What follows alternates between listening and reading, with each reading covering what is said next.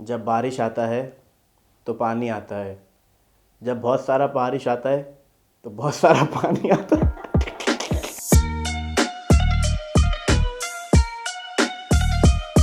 कुछ दिन पहले अम्मा का व्हाट्सएप आया, उस पर मुझे एक वीडियो भेजी उन्होंने, जिसमें कुतैबा की वीडियो थी, जिस पे उसने केल इलेक्ट्रिक के ऊपर बात की हुई थी।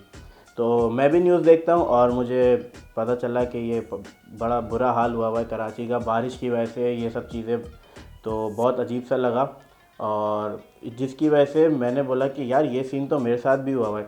तो जो उसके साथ हुआ था सेम मेरे साथ यही हुआ है। तो मैं आपको स्टोरी बताता हूँ कि असल यहाँ पे बिजली कम क्यों है और क्या चक्कर है।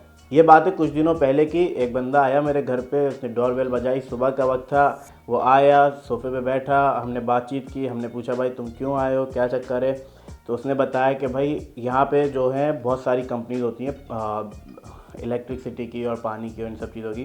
तो उसने बताया कि भाई मैं इस वजह से आया हूँ कि मैं चाहता हूँ कि आप लोग की बिजली थोड़ी कम रेट पे हम आपको फ़राहम करें। तो उसने मुझे ये एक लेटर दिया था जिस पे सारी कहानी लिखी हुई है कि कितना मंथली आएगा, कितना आपको पे करना है और इनिशियली क्या होगा। तो मैं कुतैबा की बात से बिल्कुल सहमत हूँ, उसने जो कहा था, क्योंकि इस चीज़ का जो हल है वो यही है कि एक कंपनी नहीं, दो कंपनी नहीं, तीन कंपनी नहीं, बहुत सारी कंपनीज होनी चाहिए जो आपको मार्केट में कंपटीशन दें। और इस तरह से फ़ायदा आवाम का ही होता है कि उनको कम रेट पे इलेक्ट्रिसिटी ख़रीदनी पड़ती है। अब ये जो कंपनी थी इसने मुझे कम से कम भी 6 से 7 यूरो का फ़ायदा दिया है। तो बहुत अच्छा फ़ायदा है। और वैसे भी यहाँ पे इतने बिजली के बिल नहीं आते हैं, लेकिन जो आते हैं उस पर भी कमी पेशी हो रही है और उस पर भी लोग आते हैं दूसरी दूसरी कंपनी से कि आप ये हमसे ले लें, हमारा फ़ायदा इसमें है, आपका फ़ायदा भी इसमें है और इतना हम चार्ज करेंगे मंथली। तो ये सब चीज़ें हैं जो बहुत अच्छी लगती हैं। और ये हमारी हुकूमत अगर इस चीज़ पे फोकस करे, और के इलेक्ट्रिक सिर्फ एक ही इदारा है हमारे पास, इस तरह से बहुत सारे इदारे होंगे तो कंपटीशन मार्केट में और होगा और आवाम के लिए इस चीज़ से फ़ायदा बहुत होगा कि वो लो रेट पे भी आपको बिजली फ़राहम करेंगे। अब दूसरा मसला ये है कि आजकल हम लोग यहाँ पे बर्लिन में रह के अपने मुल्क की न्यूज़ तो देखते हैं, जिसमें बहुत अजीब सा लगता है कि मतलब पानी बारिश का और इतनी चीज़ें। तो अब बात करते हैं बारिश के ऊपर कि मतलब नाले बह रहे हैं, पैम्पर फंसे हुए हैं, थैलियाँ फंसी हुई हैं, कोई मतलब सिस्टमेटिक चीज़ हुई भी नहीं है। ये वो मसाइल हैं जो मतलब आप अपनी लाइफ में उस शहर में रह के तो तसव्वुर कर सकते हैं, लेकिन हम जैसे यहाँ पे रह रहे हैं तो यहाँ पे बारिश का पानी रुकना नामुमकिन सी बात है। मतलब इधर 24 घंटे बारिश होती है एक दिन में अगर देखा जाए, और इतनी बारिश होती है, हफ्ते में 3 दिन 4 दिन तो रोज़ बारिश होती है, लेकिन यहाँ पे पानी खड़े होने का सवाल ही पैदा नहीं होता है। इन लोगों ने अपने सीवरेज सिस्टम इतने अच्छे किए हुए हैं, सिंध को इन लोगों ने ऐसे ही छोड़ा हुआ है, सब अपनी सियासतें चमका रहे हैं। और अभी मैंने न्यूज़ देखा तो आमिर लियाकत हुसैन वो पानी में डुबकियाँ मार रहे हैं। मतलब डुबकियाँ मारने से या इन चीज़ों से, इन हरकतों से कोई हल तो नहीं निकलेगा। मतलब इस चीज़ को अगर मेंटली तौर पर सोचें तो कोई फ़ायदा नहीं है। आप डुबकियाँ मार रहे हो, अपनी फुटेज दिखा रहे हो पब्लिक को, और बस इससे कोई फ़ायदा नहीं होगा।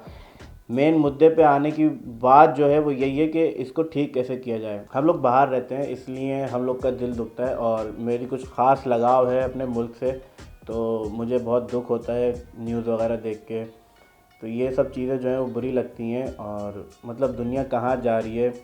अमेज़ॉन ने एक ऐसा अपना स्टोर बना लिया जिसमें चीज़ें लो और बाहर जाओ, पैसे आपके अकाउंट से खुलेंगे।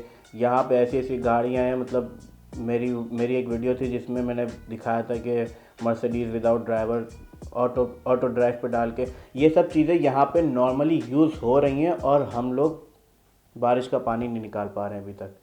बहुत दुख होता है।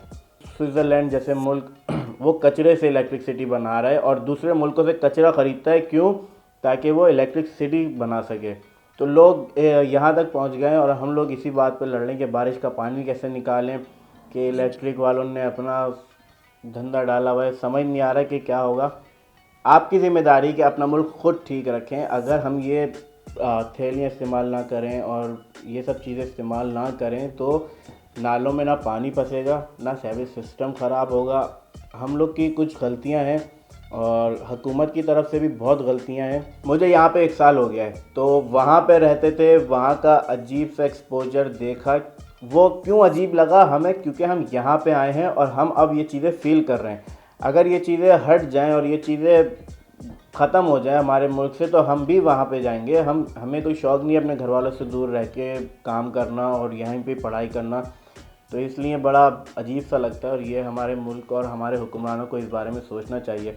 आधे से ज़्यादा आवाम तो भाग रही है मुल्क से, जिसको देखो भाई बाहर आना है, जिसको पूछो भाई बाहर जा रहा है, हर किसी का वीज़ा एप्लीकेशन पे लगा हुआ है। तो ये कोई अच्छी बात नहीं है। Subscribe my channel for more videos. Till then, तो बड़ा दिल दुखता है यहाँ पे रह के। हम लोग पहले वहाँ पे भी रहते थे कट आपकी जिम्मेदारी है कि आप मुंशी बन गया।